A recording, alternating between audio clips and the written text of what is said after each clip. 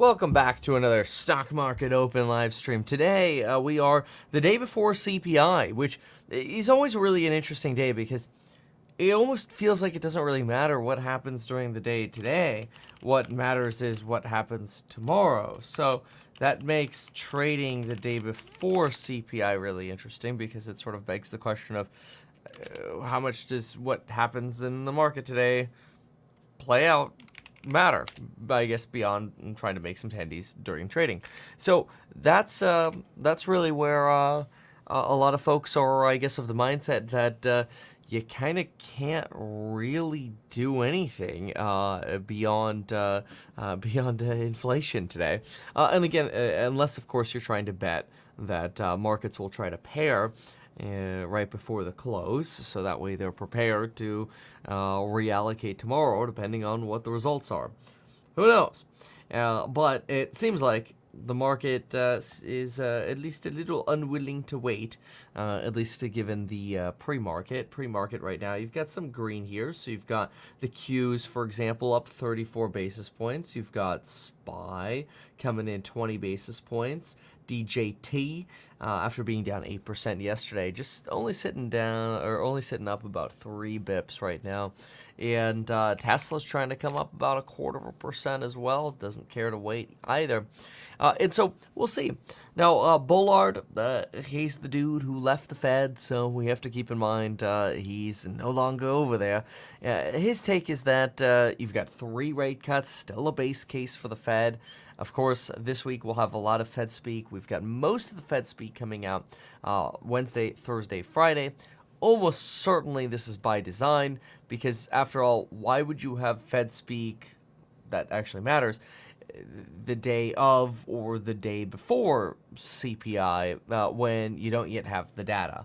So once the data comes out, then you can have Fed speak and you can have Fed folks talking about the latest and greatest results right away. Now, it is 5:30. That does mean we've got small business optimism, which comes in at 88.5 versus 89.9. That's interesting. That actually that survey comes out at that comes out a little. Wait a second here. That here, how weird. That actually comes out. It says 6 a.m. Does it really come out that early? I guess so.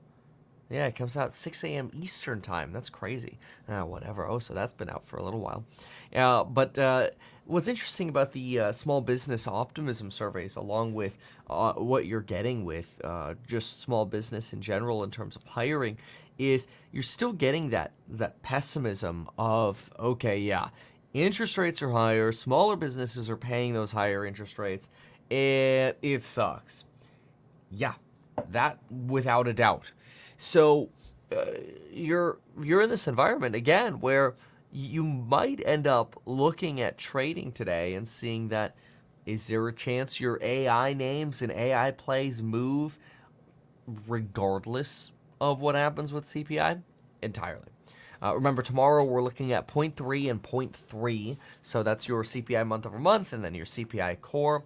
That'll be right next to the CPI year over year of 3.4 and a year over year core of 3.7. That core running up a little bit, also not great. And as oil prices are moving up, that non-core number coming in hotter than the previous reads. Brent right now, again, sitting at $90.69, so knocking on the door of 91. This has just been slowly inching up, really, for the last 3 months. I mean, you look at oil prices at the end of December, going into the year, you were sitting mid-70s.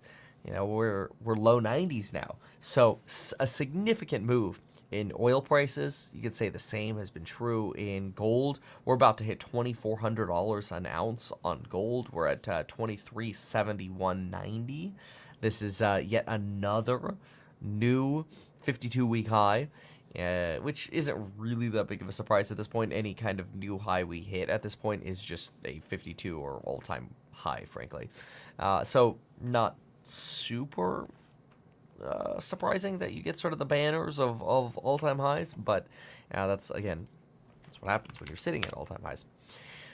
So, then let's see here. BTC is a little bit of a predictor today. No movement in terms of, oh, that's interesting. On the 5-minute candlestick, we actually got a run down to 69.6. Interesting. That's about $600 more than our previous all-time high. And it looks like, while in the morning of the 8th, so this is yesterday, between that 3 and 4 o'clock hour, you got this sort of push, right? What you ended up having over here, oh, you don't like my hoodie? You don't like where my little ropey is all in on one side? Okay, here, I'll fix it for you. You know, over here, you didn't actually get that buying pressure today. In fact, you could see right here, 3:30, it looks like, when that buying program really took off to 5:30. And what you got this morning at about 3:30 was actually a selling program. Look at that. 3:30 to about 4:05. You got a little bit of selling here. Now, again, whether that's some East Coast algo, early morning algo, or it's some West, European manipulation, or it's just international buyers that have a whole lot more power than everybody thinks.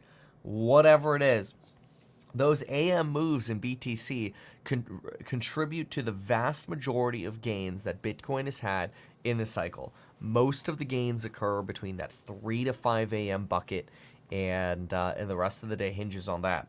So I don't necessarily think it's really a surprise to see that Bitcoin in this sort of I'll call it the selling algo that occurs during this time. It's not a surprise that you got to sell down this morning, because you are on the eve of a catalyst. So it's not exactly really surprising, or at least it shouldn't be. So, yeah, and I always think on the night of like CPI, it's so tough to like look at any kind of news. 'Cause, I mean, obviously breaking news and such, but any kind of news, it's just, I feel like it's dated the very next day. So, like, that is exciting because it means the CPI is coming out. But it's also somewhat depressing because it's kind of like, takes away all the fun from today. Oh, well. So, anyway. Yeah, let's see here. So, we're going to... Let's update this really quickly there we go. All right.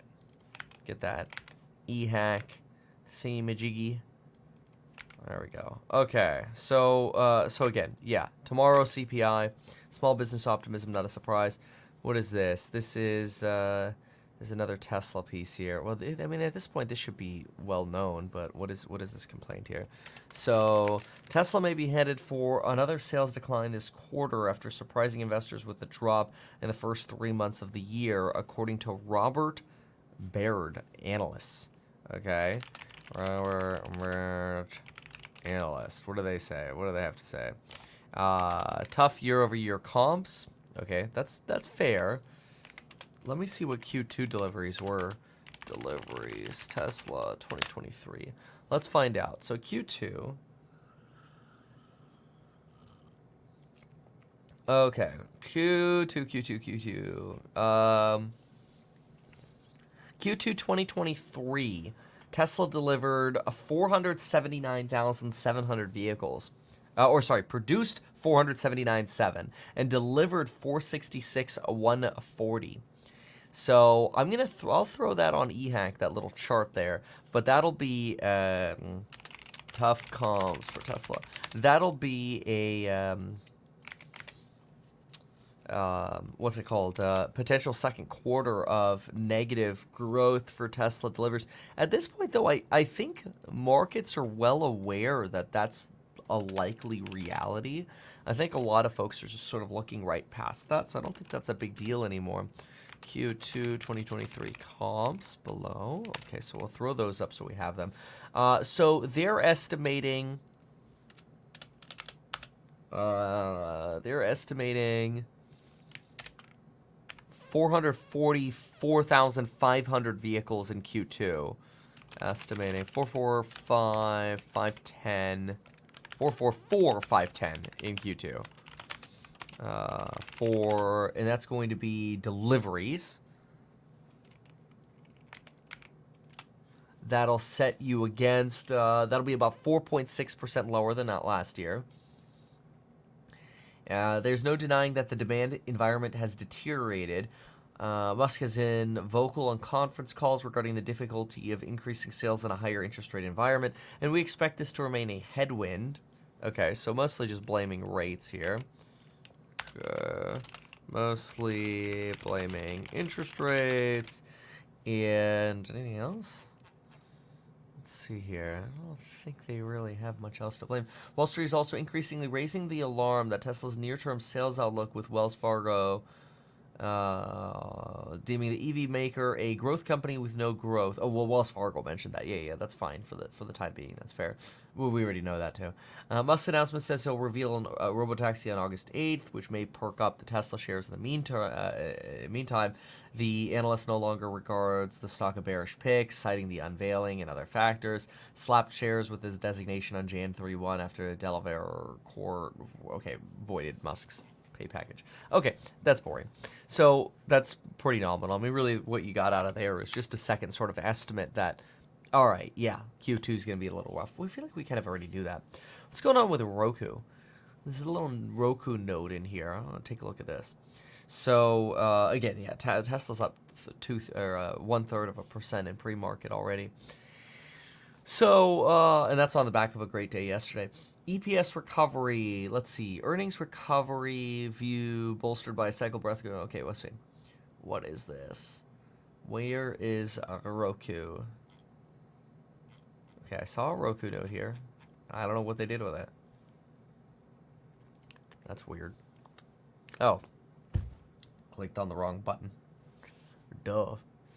Alright, here we go. So, what do we got with Roku? I'm not the biggest fan of Roku. But then again, I've got a few Roku TVs. Despite zeroing in on profitability, Roku's struggles are far from over, they say, as it faces a near-term triple whammy of challenges. Muted media spending. Okay, interesting. So, Doomberg says the company faces a triple whammy. Okay, that's interesting. So, that triple whammy includes muted media spending, pricing pressure on connected TV, thanks to Amazon Prime, due to Amazon Prime. Yeah, I guess when you get Amazon Prime introducing ads,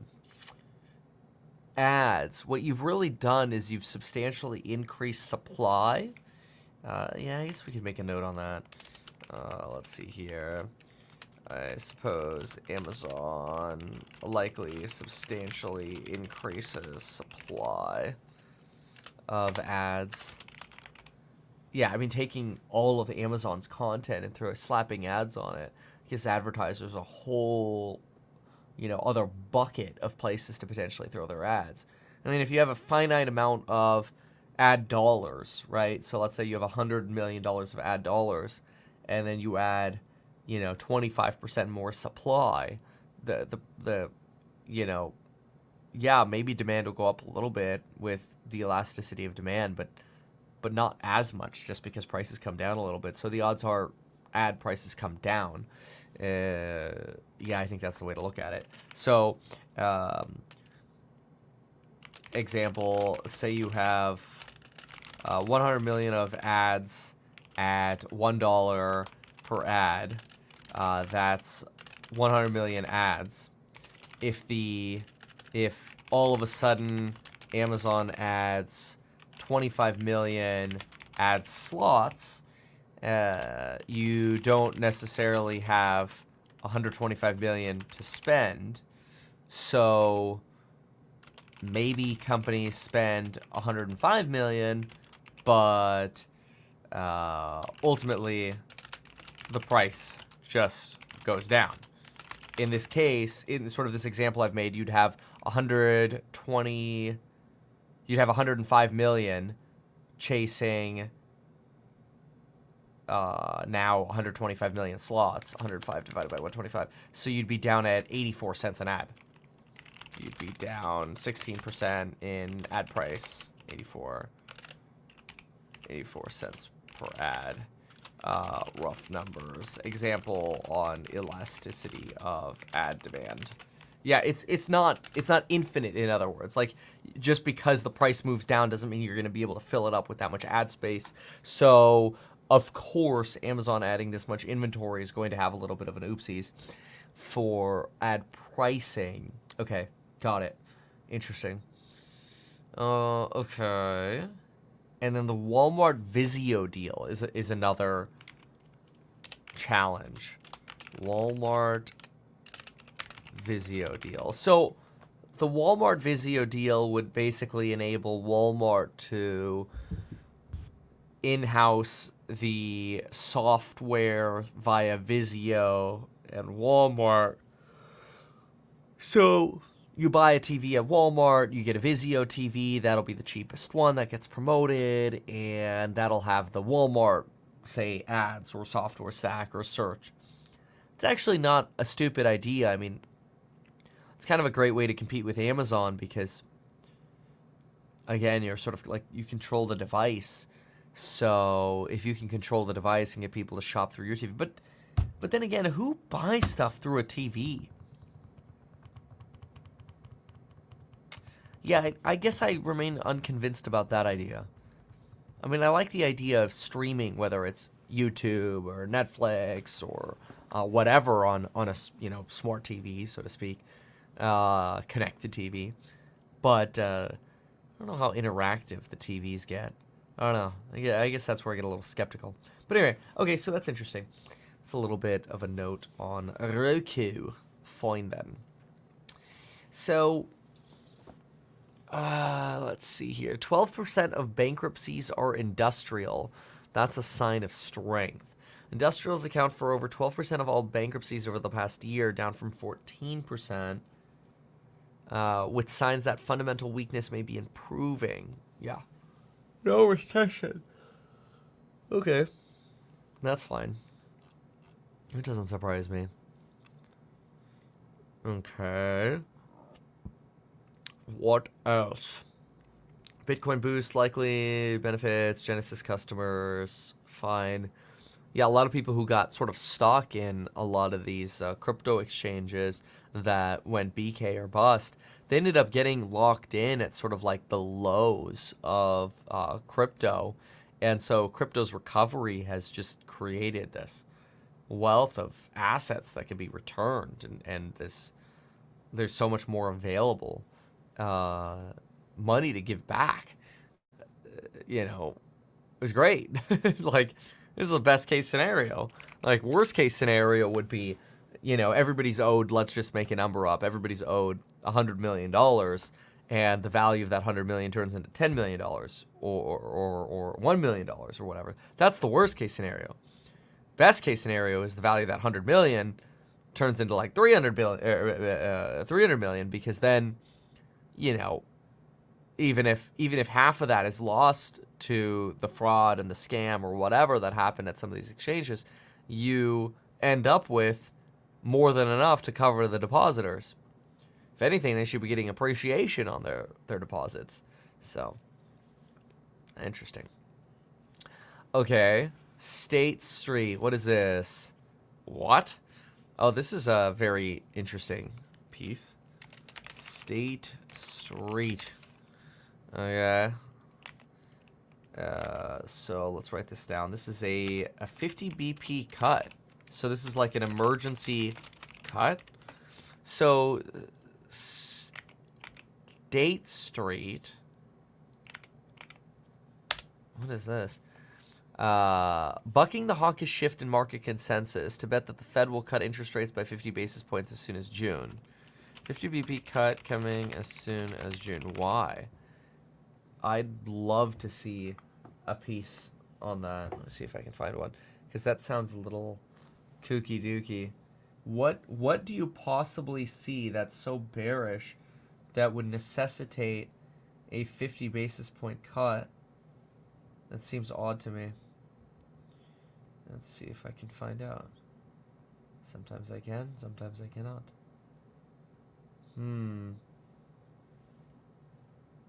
Let's see. State Street. Oh, State Street. Sometimes I think this is just marketing. 50 basis point. No. Okay. Fine. So what do they say? The $3.6 trillion asset manager thinks the Fed... Wait. What? How much do they... 3.6 trillion? State Street Global Advisors. Hold on a second. State Street Global Advisors is an investment management division of the State Street Corporation, the fourth largest asset manager. Oh, they've actually got $4.14 trillion in assets under management. Holy crap. Okay, I see. 3.6 goes to the advisor side. Wow. Okay, that's crazy. So, I did not know that. Fourth largest asset manager, Global Advisors.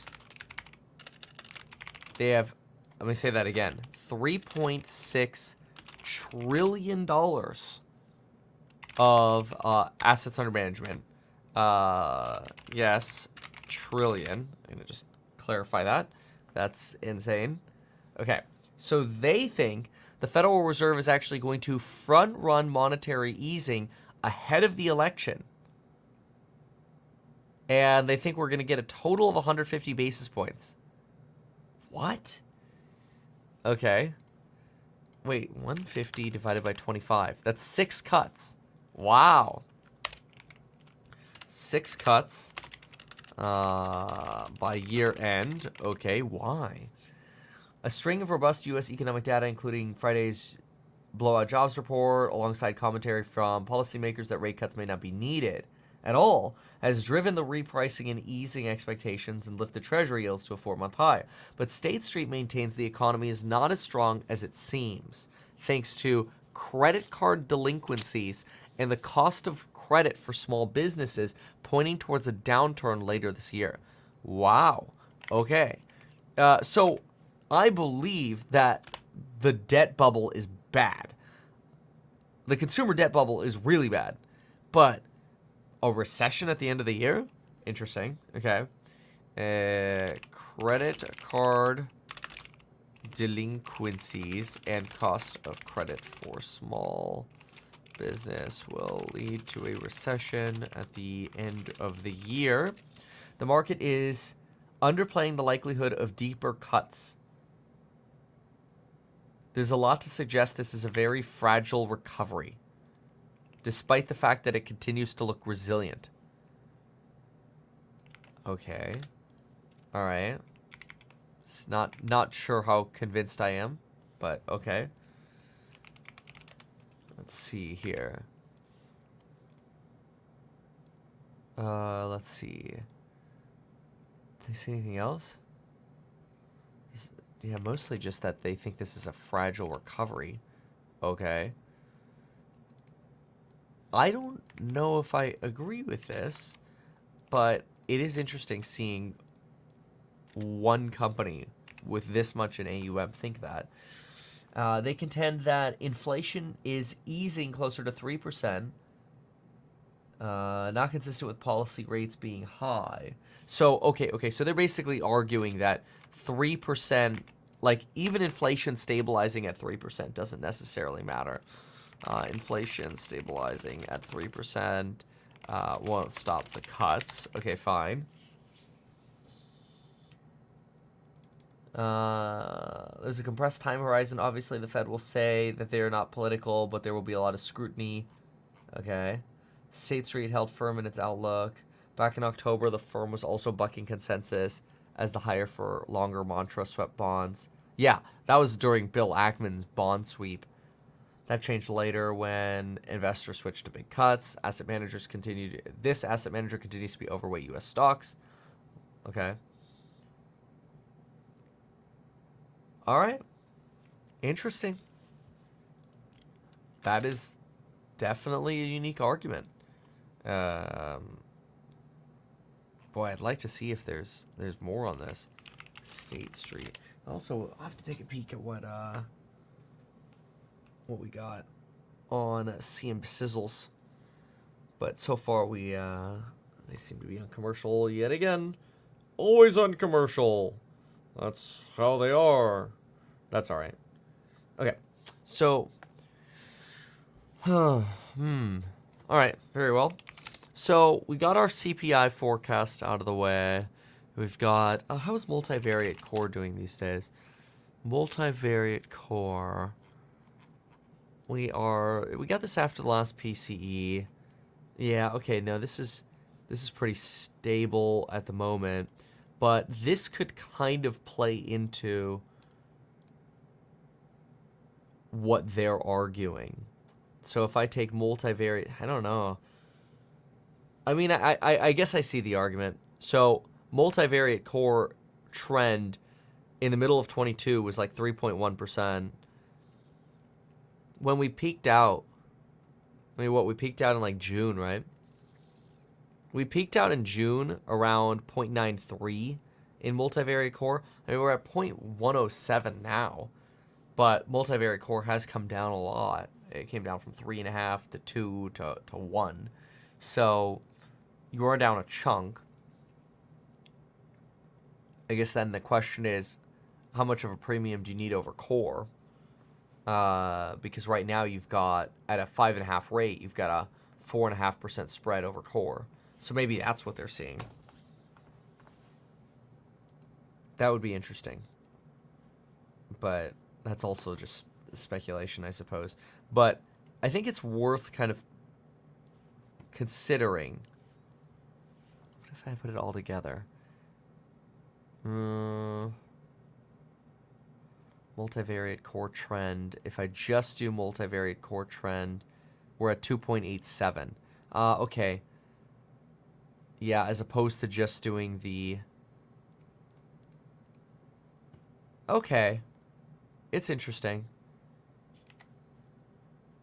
I could see an argument when I look at multivariate core. Let me put this up on eHack, and then I'll put it up on screen here. I don't know how believable it is, but it's an argument. So let's throw this up on screen. Give me a sec. Okay. Fixing that stupid Windows machine again, so I'll get it working. So right now we're just going to use this. Okay. Boom. So this is the chart that we just put on eHack, and this shows you multivariate core, and I didn't put a description there of it yet, but we'll kind of do that together. If I was to see their argument, I suppose I would say, you know, high rates brought multivariate core down from just over 5% to just under 3%. And so maybe you can remove 2% of the pressure, so go down to 3.5%, and still have your foot on the neck of inflation, so to speak. That would be the way that I would try to structure this argument. Oh, here, let me move myself for a moment. That would be the way I would put it. So, yeah, that's interesting. Somebody here says, why are you thinking only 25 BP cuts? Why wouldn't they do 5 times, or half a percent times 3?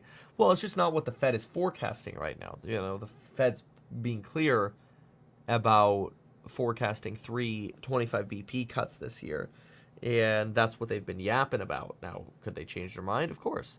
Of course. But then it would also make you wonder, like, what just went wrong?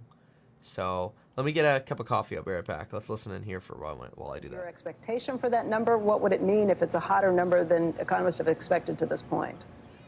So what I would do is not over-index on one data point. If you look at the broader picture, that jobs report was actually quite balanced. It suggested that we can see balanced expansion because, of course, labor force participation ticked up again. And we've seen a big expansion in the supply side of the economy. With regard to inflation, we've seen it come down by 2/3. And I anticipate that we'll continue to see steady progress on inflation over coming months. But of course, that's really important for American consumers. So we're going to keep our eye on that. But I anticipate inflation will continue the remarkable progress that it's made. Leo, what do you say? I don't know. We've been talking for the past couple of days about this Greg Ip piece in the Wall Street Journal. It looks at the way people are polled about how they feel about the economy, yet some of how the data seems to be at odds with it. But I wanted to ask you, when you look at inflation over the last 3.5 years, what you tell the voter who legitimately feels, and the data would support their feeling, that their wages have been outstripped by inflation. Yeah, so it is difficult for American consumers, and the president is very focused on the fact that when you go into the grocery store, some of those prices went up, and although they are not rising any longer, they are higher than they were pre-pandemic. So we're seeing, for instance, the price of a gallon of milk and the price of a dozen eggs coming down over the last year, but still up relative to pre-pandemic. Now, we know from the data that the earnings, wages have risen much faster than inflation. And so people actually have more purchasing power, even with those price increases, than they did pre-pandemic. And they have more wealth, even with those price increases. But we have to keep fighting to bring down the prices of health. Yeah, I mean, that's been sort of the generic argument from the government, and it makes sense. I mean, that's the argument they would make, is like, oh, well, people make more money now, so it's okay. This is really just the idea that real wages are positive, which is true. Real wages have gone positive, but they still haven't exceeded the level of inflation that we've seen. Inflation has still outpaced the growth in wages. Over time, though, the hope is that wages can exceed some of those price increases that we've seen, but then that also then begs the question of, like, okay, if that is what we're waiting for, why does the Fed want to cut? I don't know, but I guess we'll find out. And again, tomorrow will be the big tell-all. Like, that's why I think today's kind of just like all right, like, whatever happens today, it don't really matter. But it is interesting because, I mean, I guess theoretically, if you got a really weak inflation report tomorrow, you could pull off what State Street is suggesting. I can, or make the argument for it.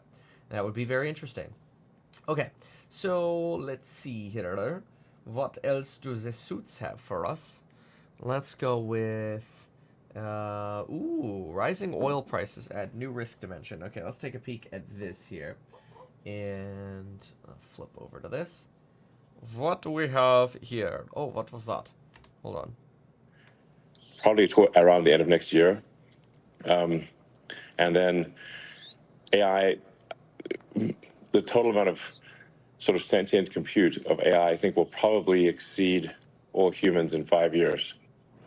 We're going to get a lot more today, Jim. Google Cloud CEO keynote at noon. I love Tom Curry, and I think he's going to tell. A lot of enthusiasm about AI. Who was it? Somebody yesterday compared it to the steam engine in terms of like AI. How who was that? Who made that? Was it Jamie Dimon or someone else? Steam engine comparison AI. That was yeah. No, Jamie Dimon. AI won't be like the steam engine. Jamie Dimon just did that in the latest letter to shareholders. Okay, why are they complaining that it's not? But for a start, AI's impact will be far broader than that of the steam engine, which primarily transform physical labor, manufacturing, and transportation. Today, AI models can generate ideas and art. Marketing firms are using them to brainstorm ideas. Video production companies are using them to generate scripts and storyboards. Musicians to produce songs. Okay, it's really this argument that this represents an altogether different and wider impact on decision-making, creativity, and even personal identity. including the rise of AI chatbots for therapy or otherwise. Really interesting. Fascinating. So they actually see it as much more impactful than Jamie Dimon says. Interesting. Okay, then we have oil prices are caught between a growing set of Chinese demand and geopolitical supply shocks. China's recovery is boosting commodity prices. China's economic data is starting to improve as stimulus measures take effect. The bottoming out of China's growth is fueled by investment in exports and infrastructure, including green transition, and is driving an increase in the prices of iron ore and other industrial commodities, as well as contributing to higher oil prices. Okay. And then, of course, you've got Middle East tensions, Israel, Hamas, OPEC's not adding supply anytime soon. That's also not a surprise. And this contributes, of course, to emerging market inflation risks. Oil price. See, now this is an interesting counter-argument.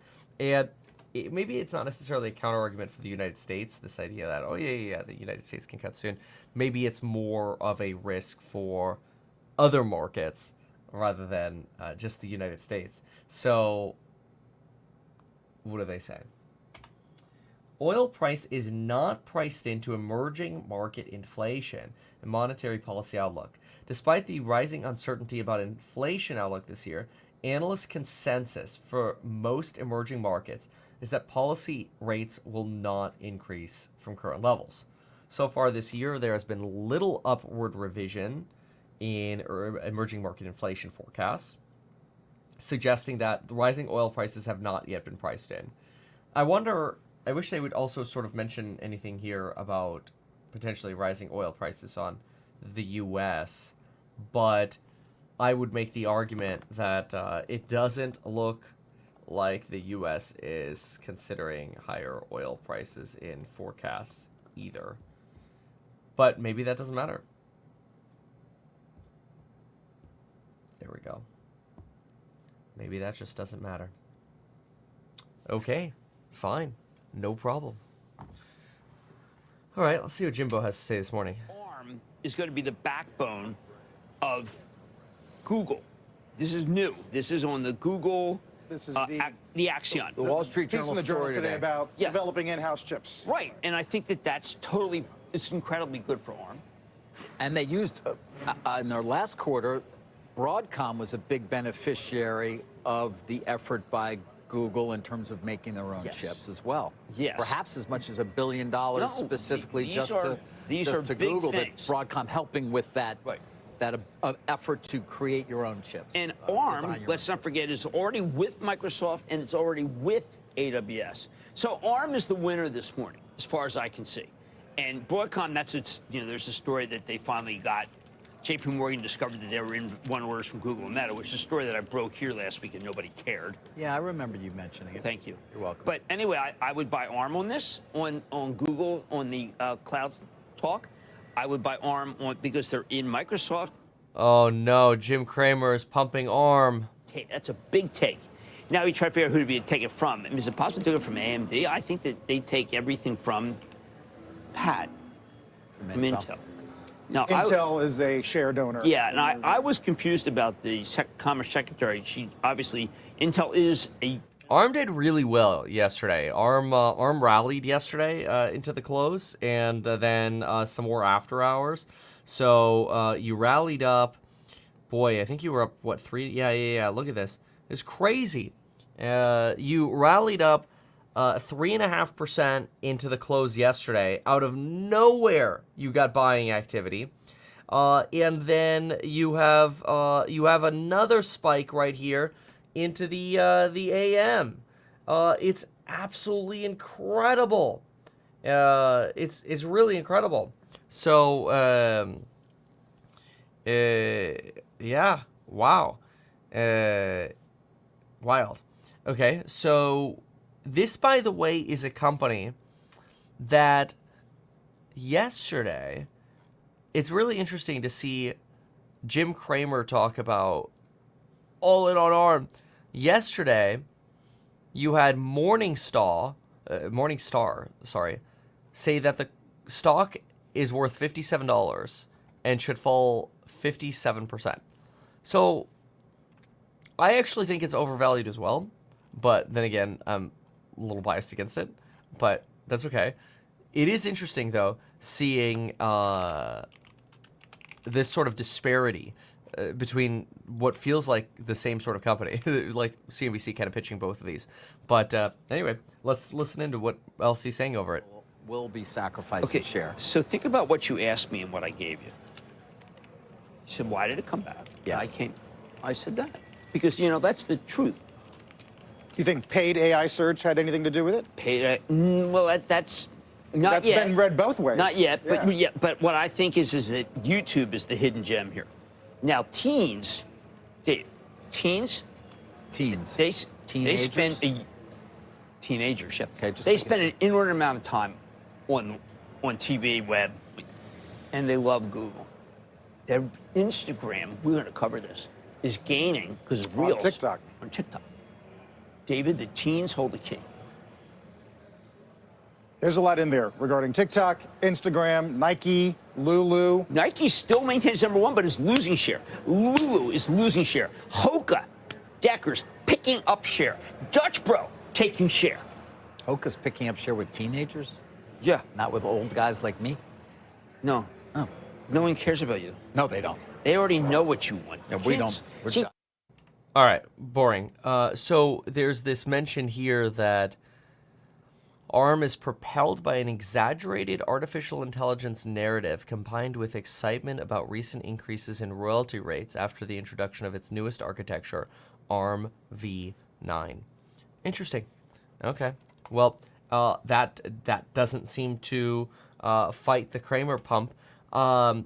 Really interesting, though, because if this Kramer pump holds into the day, I think I'm going to throw some more short on this or something. Like, I don't know if this is, like, on a Kramer pump, if you could sustain 2.5% after 3.5% yesterday, unless NVIDIA's rallying too. I mean, NVIDIA got to be like 925 for this to be pulled off. Yeah, no. That's ooh, okay. No guarantees. I might short that sucker today. As usual, I'll send alert to everybody in the Stocks and Psychology Money group. So, yeah. Friday was still great. Friday we had a $16,000 or $17,000 day on day trading. Yesterday was only $100.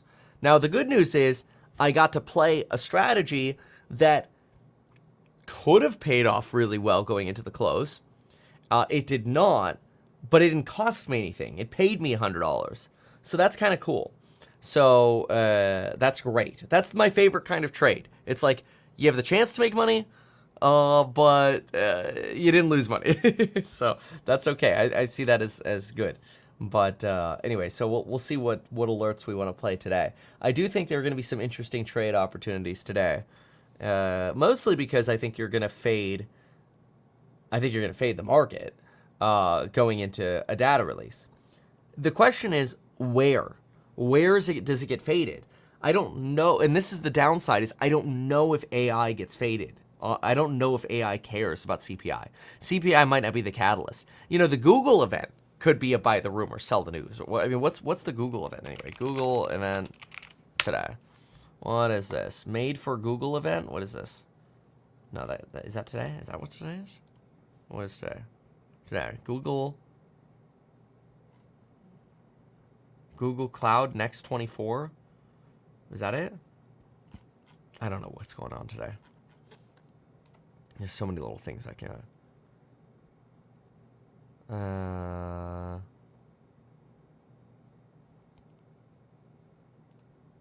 Google. I don't know. I don't know what's going on today. I have no idea. I don't know. I heard somewhere that there was a Google event. Oh, let me. I'll just go. Here, I can find out.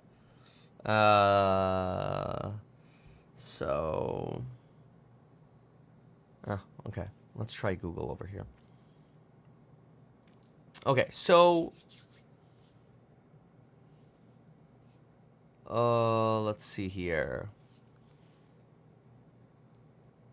Yeah, I don't know, I guess, what's going on with the Google event, if there is a Google event. So I'll have to keep looking for that and figure it out. Maybe they'll mention it again here. Let's listen in. Any basketball game. But for women's, it is a record. Well, I just think that people are, it is a very positive thing, but it also is indicative of ahead of the Olympics, what we want to watch. Yep.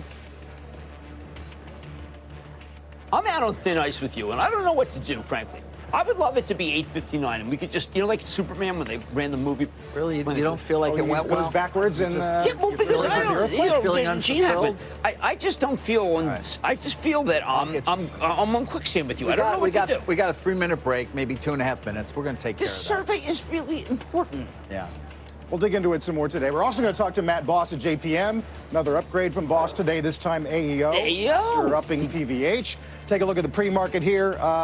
Some interesting action in Europe, which we'll talk about in a moment. Squawk on the Streets back after a break. All right. No real news there. Fine then. Okay. So, where. Oh, yes. Okay. Let's look at the pre-market. Let's see what we got. So, where the trade's going to be today? Well, let's see here. It's not Tilray. That sucker's down 15%. It's not Coinbase, although it might be. Well, we didn't get the AM pump. So, usually in order to get a Coinbase rally or a MicroStrategy rally like you got yesterday, although MicroStrategy gave up from the AM, you were up like 10% in the AM, you ended up 5%. Coinbase was up like 6% in the AM, and you ended up 6%, 6.6%. American Express, why is American Express down 1.2%? AXP. In the pre-market? That's bizarre. Usually American Express doesn't move that much. AXP. Let's find out. Yeah, TSM got their Dalahalas. Now, I don't see any news on American Express. So, we have less than a page of red here. So, that's another good way to start the day. Arms on the Kramer pump of 2.7. Open Door 1.4. Cheesecake 1.4. Astera Labs 0.9. Alphabet 1.1. That's your Goog. That's fine. Trump Media Group. I wonder if you're going to get a bounce today. Trump Media Group today is up about 1.26% in pre-market. You were down 8.4% yesterday. Tesla was up 4.9 yesterday. And you're knocking on the door again of this resistance level here, this 174 level. That to me is a level that is important. And this is more of sort of like a day, I marked it as yellow, so it's more of like a day trade line. But it is a line that we played a lot yesterday. If you watch, we really sat on that line yesterday. With a couple rejects here. And this is on the 5-minute. So when you zoom in a little bit more on the ones, you really see those bounces. Okie dokie. How are Qs going into the open? 14 minutes to go. 42 bips. We're getting a rise into the open here. So we'll see how it expands. And that's a day before CPI too. That's incredible. Okay. Somebody here says the 4-day work week is decades away. Oh, okay. Let's try this. So, swap traders seem to think that core PCE can get down to 2% at the start of 2025 at the current 75 basis points of cuts. State Street's 50 basis points would surprise the market but also jeopardize that path. Right. So the risk of going for those 50 BPers, and so this is basically a response from Bloomberg to State Street. And so they basically say if you go 50 BP, this could risk not getting inflation under 2% for core PCE. Okay. Extreme investor optimism at risk from momentum trade derailing. Retail investors' historically stretched level of optimism is vulnerable to a reversal of the extreme positioning in the momentum trade. Consumers' glasses have seemed to have been very much half full, according to the Consumer Board's confidence survey. Yeah. pivot mood from JPOW. At the same time, breadth is becoming less, what is this? Pessimist becoming less downbeat. With the percentage of expecting falling stocks and rising rates declining. Okay. So, well, less bad news, basically. So you're pricing in less pain into some of these stocks. That's fine. Okay, that's no news. Boring. Fine. What's our 10-year doing this morning? Let's see here. Wow, 10-year's down like 3.2 basis points going into the AM. So I wonder if they're trying to play like a State Street pricing here. But anyway, down 3 BP on 10-year today at 3.394%. Sorry, 4.39. Oh, wow. Wrong decade there. And let's look at the, 5-year break even. That should be coming down a little bit now as well. If we are seeing the 10-year come down, we should see the 5-year break even come down a bit. Yep. It is at 2.5. 5-year break even at 2.5%. Qs are moving up into the AM here. So getting some optimism going right into the day. And then you've got 26 basis points here on NVIDIA. Look at ARM. 3.6%. So the Kramer pump continues to go. After this, I want to see how much that was. So you were at, let's see here. You were at about 129 and a bit, 129.50. Okay, so you went from 129.50. You went up about 3.25%. After Jim Cramer pitched him that hard. 3.25% of the, 3.5% of today's pre-market gain of about 3.3% can be attributed to, frankly, Cramer, given the timing of the spike. That's very interesting. I will write that down on eHack. eHack.com. Wow. Incredible. Okay. We'll see how robust this ends up being going into the day. It seems remarkable, but okay. Good for Cramer. All right. Let us try the Doom Burgers. Doom Burger. Let's see what they have for us. Here in the U.S. would definitely cut demand by upwards of, say, 200,000 barrels of oil a day. You also have it elsewhere, too, like diesel prices in Europe, for example. There could be the SPR release, that famous, wonderful SPR release thing, but you need more acts of Congress to release more than would be actually beneficial to the overall market, and demand might not make it. I mean, demand might peter out. So let's just pivot then to, who profits from. I love commodity markets. It's where I started. And if you look at BP's numbers, and you look at Vitol's trading. Can you imagine being on the receiving end of the bonus out there in Vitol? So just talk us through the scale. I'm just thinking about the bonuses, but you take me through the more important lines about the revenue. I think the bonuses are totally legit. So this was the article that came out, is that Vitol, Trafigura, and Mercuria and Gunvor, so they're the really big independent traders, have a combined net profit of more than $50 billion in the past 2 years. If you compare that to 2018 to 2019, you're looking at just $6.8 billion. That's an enormous amount of profit. Then it also helps BP. They had a trading update today where it should be relatively in line and strong oil and gas trading unit. And you also have these guys getting into other stuff like power markets, metals. Vitol's going to go back into the metal market. They confirmed that. It'll be a small part of their business, but they did wind up confirming it.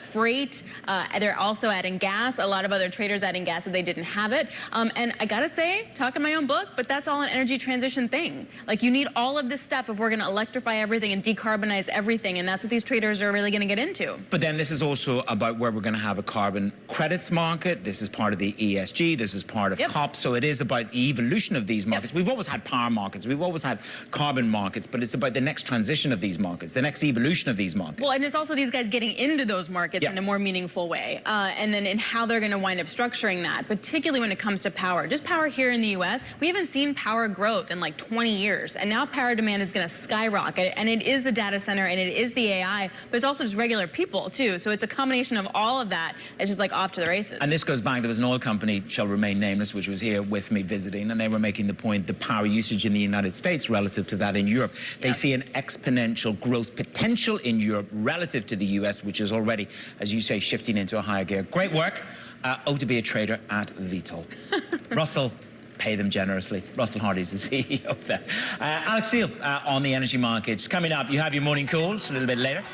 Schwab's, Liz and Saunders joins me around the opening bell, making the case for more volatility in markets. The conversation to come. More volatility to come. Yes, I agree. The volatility is going to come today.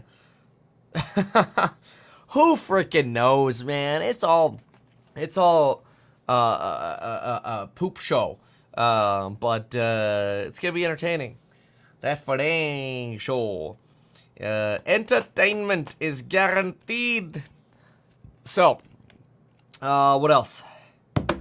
I don't know. I personally, I kind of enjoy it. I love the ride of what happens in the stonk market. It's fun. But I don't know how I feel about today because it's the day before CPI and I'm like, what the hell is the market going to do? I think it's going to tank like the day before CPI, right? So I'm not trying to be like a bear here, okay? I'm just saying, like, I think the day before CPI, usually you sell. And then you just like moon if you get a good report, or you fall if you don't, right? Or you pick up the pieces and kind of reevaluate. But that's what happened before the jobs report. But then again, the real question is, are we going to do the same thing we did with the jobs report or not? Or are we just going to look through the CPI report? I don't see how you look through the CPI report. It's more important than than really January and February, because it tells you the trend. Is the trend bad or is the trend good? It solves it all. If you get 2,600, hey, mine are Rooney McFaddy, man. I mean, now, finally starting to move a little bit. The reason why it's going up, last now, a minute. couple reasons why it's going up. David, no more arsenic. You can't use arsenic, okay? But Caterpillar trucks, autonomous even, they go up. Labor go up. Environmental damage go up. Insurance go up. So that's how they went from 800 to 1,300. Cost. But cost now, per ounce. 1,300, making a lot of money with gold where it is. Yeah. And you can't find gold at Costco. As much as I try. Thank you for that. That was, Please have a deposit box. Don't put the gold under your mattress, because bad guys know that it's there. It's very heavy, though. It's very heavy. All right, we got an opening bell a little more than 4 minutes from now. Don't forget, you want to catch us anytime and anywhere. Well, you can do that by listening to and following the Squawk on the Street Opening Bell podcast. Nice. All right. Somebody here says we already sold off Thursday. Yeah, but you had a recovery the days after, right? You recovered yesterday. You recovered on Friday. And someone here says, Kevin says he has Enphase solar and seems to work good for him. Yeah, Enphase is actually great. Now, I have an Enphase battery and inverters. Remember, they don't do solar panels. They do the inverters, right? So the panels you're going to get from other companies. We have like the Q cells, which I can't remember who owns them now, but anyway. What is the chance the 25K Tesla is on a 48-volt architecture? Oh, well, I mean, eventually it'll all go to 48 volt. I think that's much more efficient and uses lower, fewer commodities and such, but I don't think you're there. I mean, to me, it sounds like the Model 2 is pretty much basically postponed, and you'll get a slow robotaxi ramp, which is great. I mean, eventually you'll get that ramp, but it's still going to take a little bit of time. So we got 3 minutes to go until the bell. CPI is important politically with a headline number that will make the news. PC is more important for policy. Yeah, but you have to remember, PCE is derived heavily from the data that CPI collects, right? David M. complains about, I don't expect how people would invest in his ETF. He's a trader. Yeah, we took a delicious tax loss harvest. Like, you have to wake up to realizing that managing money is more than just literally being like absolutely perfect with every single move. There's also tax strategy involved, right? Like, if you can tax loss harvest for 30 days, offset gains on one stock and not hopefully miss much at all on a stock movement, then why not do that? It lets you take advantage of quicker moving. Now, you don't necessarily have to with an ETF, but when you do, it gives you more flexibility. So, you know, there are always moves to make with tax trading. And something to keep in mind, too, is when you do a tax loss harvest trade, even if you have to rebuy the stock slightly higher, you benefited a lot, likely somewhere in the tune of, let's give it an average of 25% on long-term capital gains. It just sort of depends what your situation is, right? But let's say you were going to pay, I don't know, $25 on $100 worth of gains. Well, theoretically, you could, use those savings. And let's say if you had to pay $5 more because the stock went up $5 more than what you sold it for, well, big deal. You're still up $20, right? So tax trading is really important too, and yeah, I think that's very interesting. And I don't actually think that tax trading is really reflected, like when you look at like a performance of different funds. I don't know if that's true. That would be interesting to look at if there was a way to track the tax efficiency of various different funds, and then you sort of have like a tax efficient rate of return. That would be very interesting, because I think taxes are so important. But anyway, let's listen over here. Well, yeah, that's why you exactly. Somebody here says you can only claim 3,000 loss. Exactly, that's why you offset with a gain, right? So like you trim some of your AI positions, right? That's the play. They are the biggest adopter of the new chips, which are gigantic. But that's the supercomputers. Amazon. Lipsky, who runs AWS, told me, hey, bring it on. We want the Blackwell. So I think that the fact that they are so forward, very, very important. Very important. Let's get the opening bell on the CNBC Real-Time Exchange. The big board, it is tanker company Hafnia, a member of BW Group, at the NASDAQ, the UN General Assembly ahead of the first ever UN Sustainability Week. I'm glad to hear sustainability, right? That's pretty dang green. That's pretty dang green, I have to say. So let's take a look at what we got. We've got the Qs up 50 bips. NVIDIA's trying to move up here. You've got ARM up 3%. Bitcoin 70.6. Tesla just rotated down. Look at that perfect rejection, folks. Perfect rejection at the 174. Not a surprise. At that level. AMD gets a little bit of a red candlestick here as well. Yeah, let's watch the Qs. Qs trying to push up. Amazon 1% again. Let's go. Oh man, ARM's up 4% now. Gotta watch where that goes in the first 15 minutes. Tilray still down 14. MicroStrategy down 3.5. Coinbase down 2.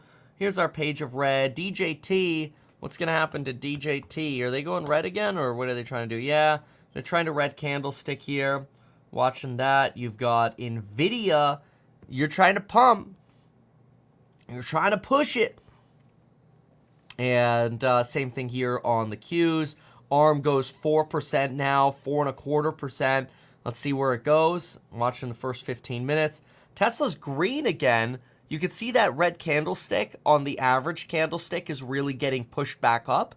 So you are green again. You're getting this pushed right back. You're at 22 bips up. NVIDIA's up 18 bips. ARM's up 4.5. This is a really good rally on ARM. You've got a Whirlpool, Enphase, 0.9, 1.25 on Google. I see a lot of enthusiasm in this open here.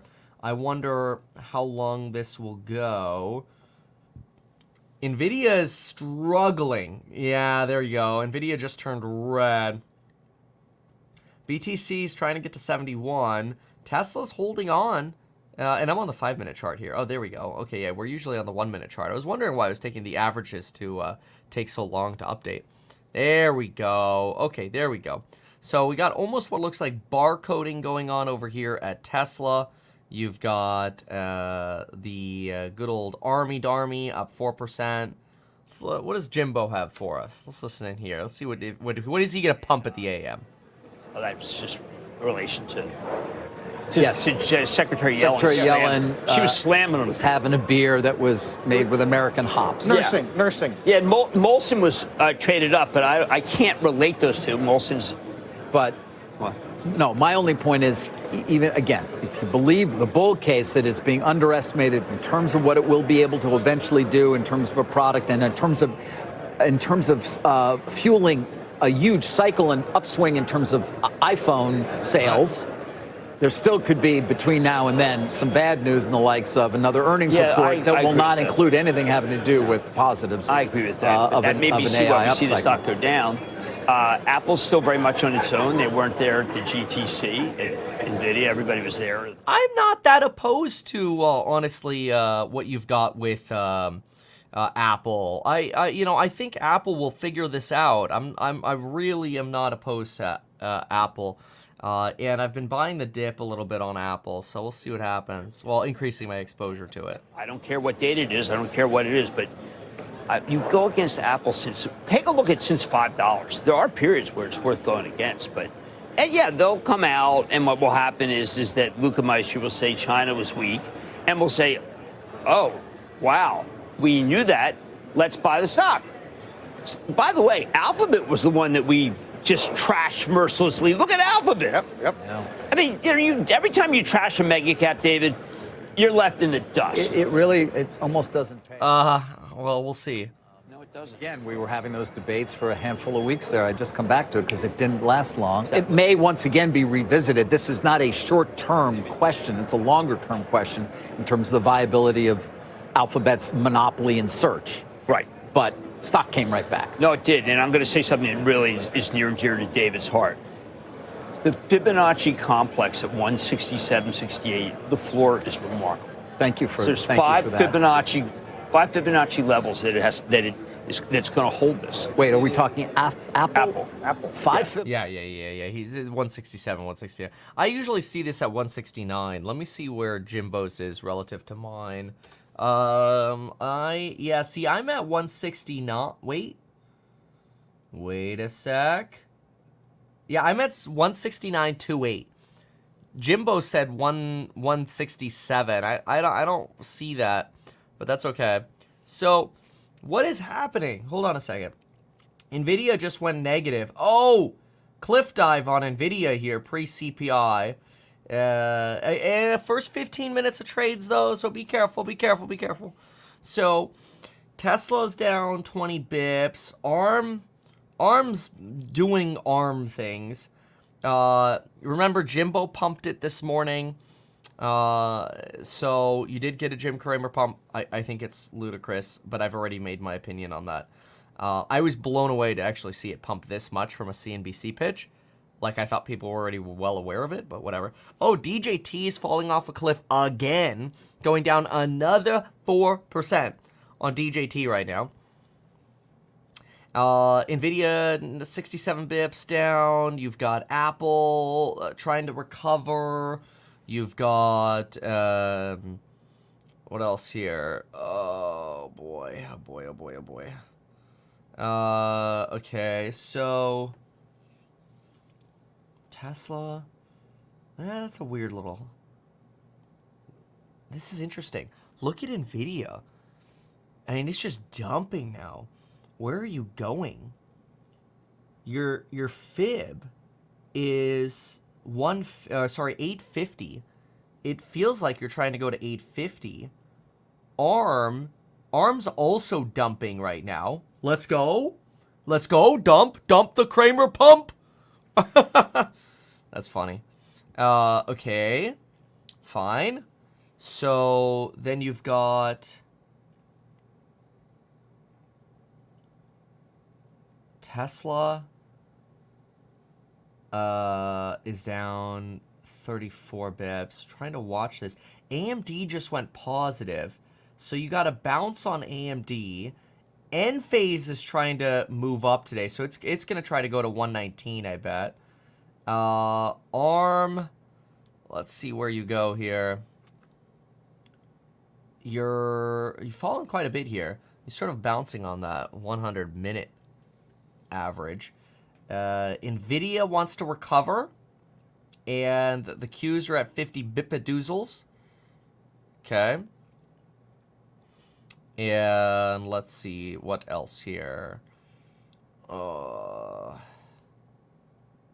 Okay, let's see Jimbo here for a moment.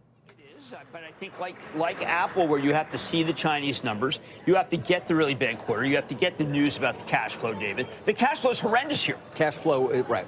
Again, we already got pretty bad news on deliveries last week. Yes. But to your point, we haven't seen the underlying numbers in terms of what that's going to mean for cash flows. I mean, look, Google, when we get the numbers on search or whatever, that stock's going to lose points. But I just want to hear what Thomas Kurian says, because if they can do, let's say, $50 billion in Google Cloud, I like it.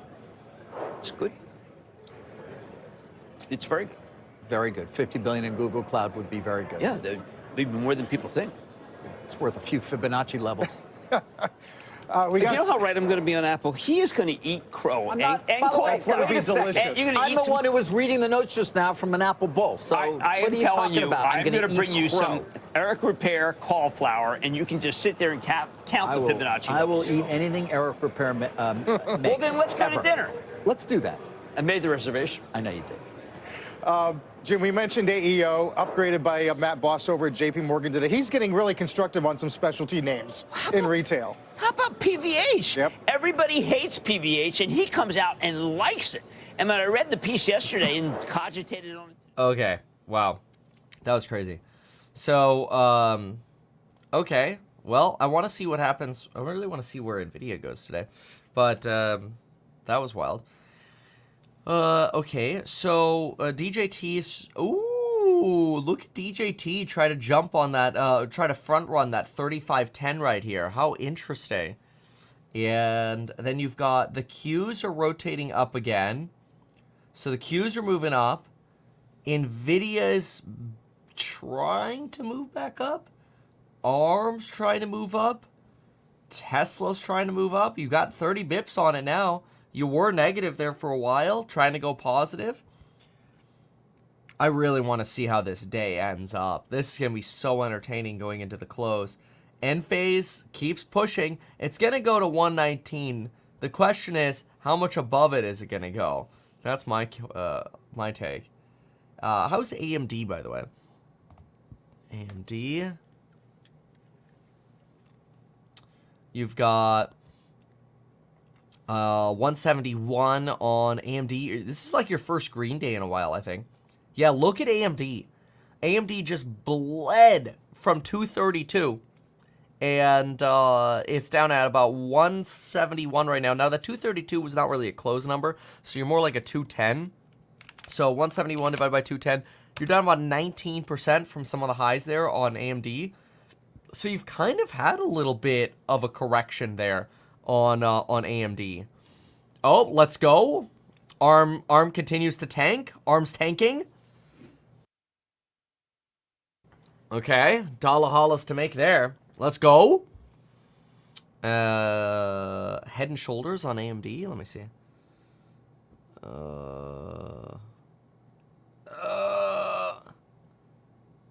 I don't know. It feels a little more like a pure fibby play here, honestly.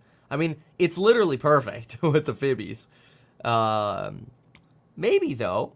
Maybe. Yeah, I mean, I could see it. You could extend this down another couple fibbies and really build out that head and shoulders. Sure. Yeah, I could see the argument for it. Okay, all right. Yeah, this is interesting. This NVIDIA bounce happening right now. Let's see here. 1.8 Tesla. Oh, look at that reject right there on the minute candlestick. 174. Not a surprise. Where are the big... Oh, Enphase can't do it. No, look at that. It couldn't do it. You stopped 50 cents short. But Google's up 167 today. That's a big move on Google. And Amazon, I don't know what happened there. They were up 1%. Now they're only up like 30 bips. Tilray's down like 16. That Germany hype faded fast. Let's see.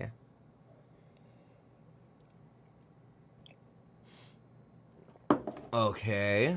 Lucid 4.3, Sunrun 3.6, Peloton 2, ARM back up.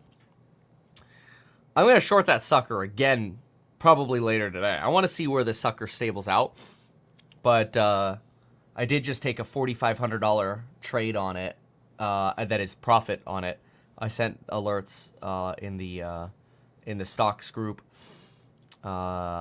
I had a feeling the sucker was going to crash at the open, and it dropped like 2.5% to 3% at the open. So I'm like, thank you. That was really fast. The Jim Cramer pump in pre-market is not sustainable. Now, what is interesting is I think there's a chance that based on NVIDIA's action, there's a chance if NVIDIA goes back, if NVIDIA goes to its open levels,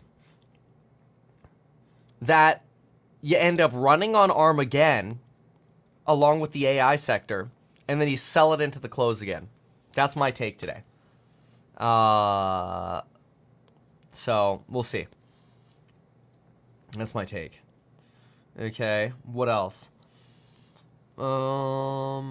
Q's 54 bips. Yeah, and remember, if you want all of my trade alerts, like, again, I just put screenshots up of a $4,500 profit on a 10-minute trade at open. If you want to see those, and I was transparent about, that probably happening before we did it. But if you want to get all those trade alerts, make sure you're part of the Stocks and Psych group. It's linked down below, or just go to meetkevin.com. And, yeah, you get access to the course member live streams as well, lifetime access to those, so those are really fun. Anyway, I want to see what happens today. So this is interesting, this Q's reject right here. Look at this. That's almost perfect right there, 443. Is that going to end up being our top today? I don't know. You got Apple. Apple's trying to run. AMD, this is your first recovery day on AMD. I'm going to write this one down. I think there's a chance AMD is like being treated like the redheaded stepchild right now. Nothing against stepchildren. I've been a stepchild. And nothing against redheads. Just saying. It's a colloquialism, okay? All right, get over it. But AMD is either a head and shoulders or there's an opportunity there. What is this mechanical pencil crap? Why do I not have a pen around here? Anyway, I want to look into AMD a little bit, so I'm going to write that down. All right, what do they got over here? Any prospected sports are looking a little better? We've got some good numbers away from NFL. Wouldn't that be something if ESPN could have it? ESPN is still a very important contributor to the overall... Nothing. They're literally doing nothing. Fine, Doomberg then. PayPal setting up nicely for a run, says someone. Let me see.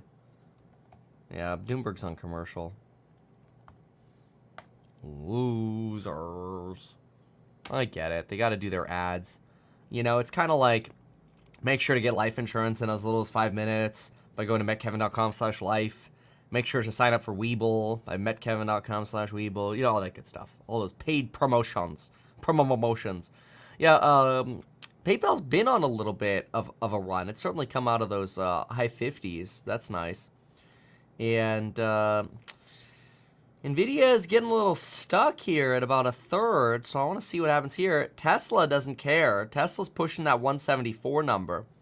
So it's playing Magneto right now to the 174. We'll see if it can end up getting to that 175.60 today. End phase didn't want to play ball today. It took its ball and went home. Intel's not very happy either right now. Dave & Buster's after earnings, I guess the catalyst came and went, and the stock went up to like 66 or whatever, and so it's sort of bleeding down now. What's BT Sizzle up to? Let's go, let's go. Somebody here says made some money on ARM put. Let's go. Good job. Okay, BT Sizzle. Yeah, 74. A little weak today. You didn't get that morning pump. Didn't take the morning pump. No morning pump. What are you gonna do? That's when you get the move. Let's see here. Kevin, can you cover Baba? Oh man, ARM goes down even more. Oh, I should have held my put longer. I still want to reopen that sucker. But that's all right. Let's go to Baba. So Baba, Baba's been one a lot of people have been talking about. It is really kind of dancing around the bottom level over here. So a lot of people think this is the bottom for Baba. And it's time to buy the dip on the dollar hollis here of China. I don't know. Oh, ARM's about to go negative. Let's freaking go. Anybody still holding that put, making big dollars now. Big dollar hollis. Is the whole market gonna tank? Is it gonna take everything with it? Let's see what happens. I mean, it's not taking Tesla with it. Tesla's up 1%. So can't bet against Tesla today. But AI? Maybe. Interesting. Going into CPI. That's like the opposite of what you would expect. Oh yes, going into CPI, Tesla will rally and AI will fall. Yeah, it says no one ever. Well, sometimes, honestly, those are the best trades, is when nobody's paying attention to those sort of things. Somebody says, time to close your Tesla puts. I don't have Tesla puts. You just don't pay attention. You say stupid shit without paying attention. It's okay. It just makes you look like a fool. If you had the Stocks and Sight course, you'd know when we have options or we don't. It'd be very simple. So let's see here. Let's see. NVIDIA. 67 bit pizzles down. ARM turns negative. Bam, bam, bam, bam, bam. Lost the lead. Boom. That's funny. I can't believe the entire Kramer pump got eradicated. That was the easiest trade ever. Oh my god. That was like the easiest freaking trade. Man, now my only regret is not going in bigger. God.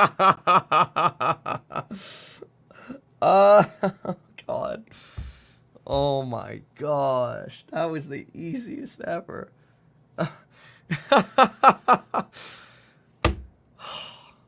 Okay. Wow, that was entertaining.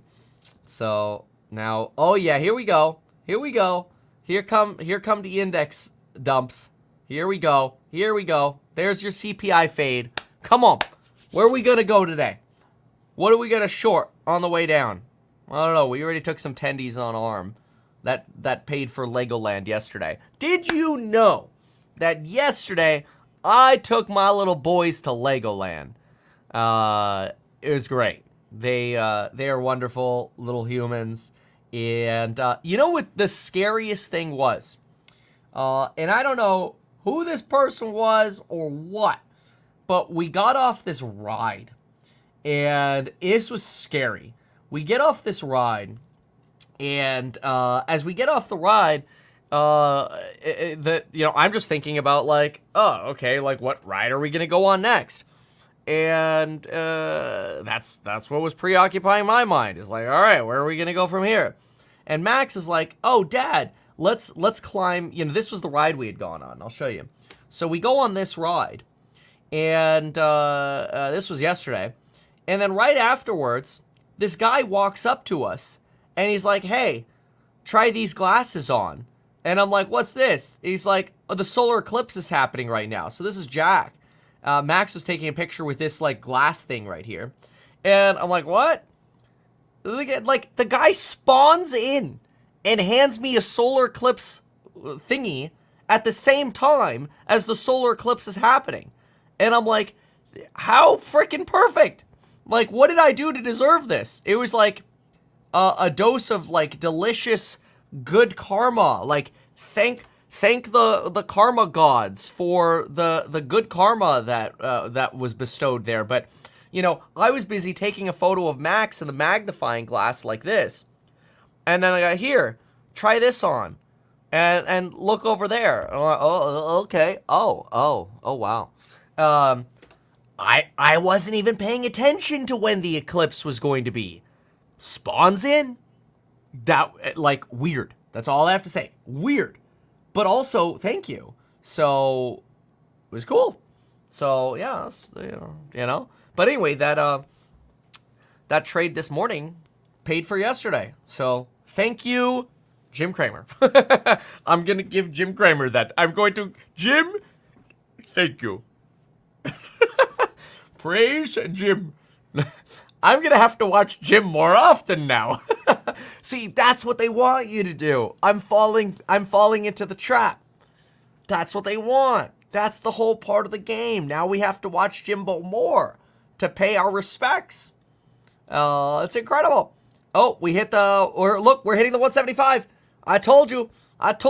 Once we crossed that 174, the next stop was at 175. So now the question is, do we hold the line at that 175.5, or do we break through?